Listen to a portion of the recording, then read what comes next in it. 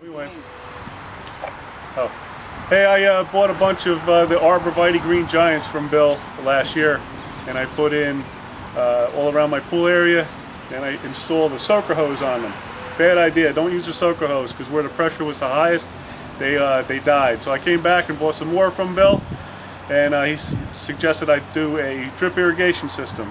So I put the drip irrigation system in, and they're coming in beautiful right now.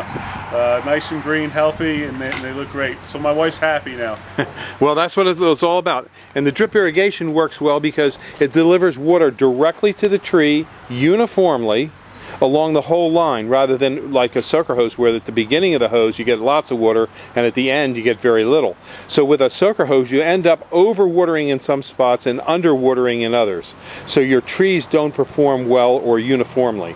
So give us a call if you have any problems or want to discuss irrigation of trees and shrubs, and we'd be glad to try and help you out. Our telephone number is 215-651-8329, and we have thousands and thousands of trees, plants, and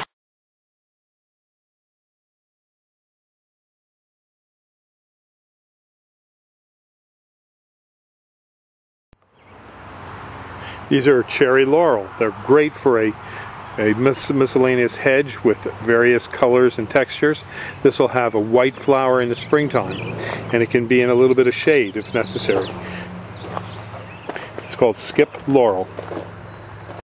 We also have a lot of large arborvitaes and field-grown trees and shrubs here at Highland Hill Farm, and we do specialize in delivery and planting. So give us a call, 215-651-8329.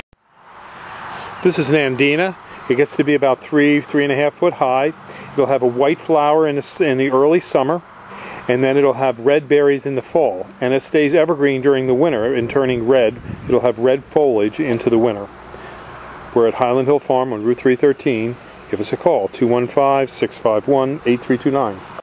These are some of our small perennials here at Highland Hill Farm. As you can see, we have a wide selection here for you to shop for. And again, we also have Japanese red maples and a lot of other items here on the farm to come take a look at. Again, 215-651-8329. These are green giant arborvitaes. These are our 3 to 4 foot green giant arborvitaes that we deliver and plant all throughout the East Coast. Again, a good plant for a border. Can be planted with other items to give a mixed hedge effect. So it's not all like soldiers and. This is a bed of our 3-foot Leland cypresses. Great for a hedge or border. Can be planted with other trees and shrubs. Give us a call at 215-651-8329. These are 4-foot emerald greens in pots. Just give us a call at 215-651-8329. We're here at Highland Hill Farm on Route 313 in Fountainville, PA. I'm Bill Hurst doing the photography. I own the Highland Hill Farm. And this is Mike Lewis of Lewis Wholesale Nursery. Mike is one of the premier growers that we use here at Highland Hill Farm. We also grow a lot of arborvitaes, but we are supplied by Mike. He's right across the street from our nursery and our operation. And Mike is an expert on raising arborvitaes. Mike went and graduated from the Longwood School in Chester County, Pennsylvania. And he's a premier grower in Pennsylvania, world-renowned grower. I shouldn't say that, but that is the truth. Everyone in northeast Pennsylvania and the eastern seaboard who raises arborvitaes and nursery stock knows Mike Lewis here. So he's well known. And he's going to talk to you today about arborvitae trimming and how to trim them properly. And these are small arborvitaes, a Zebrina, green giant, and an emerald green. Okay, Mike. All right, what you want to do with your arborvitae is, when you prune them, you want to encourage them to have a single stem.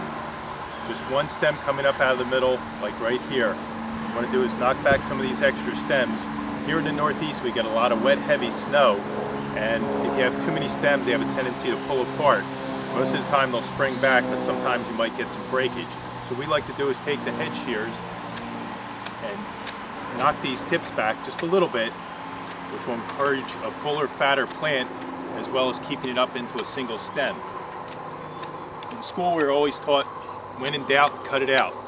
So you always want to, don't be afraid to take a little bit of foliage off the tree. Here, none of these plants, branches will come up into a single stem anymore, or into a multiple stem. You cut them back, this stem will dominate. Here on the green giant, we're going to do the same thing. This is a fairly full plant, so we're just going to tip it back all the way around, which will make a nice, fat, heavy plant.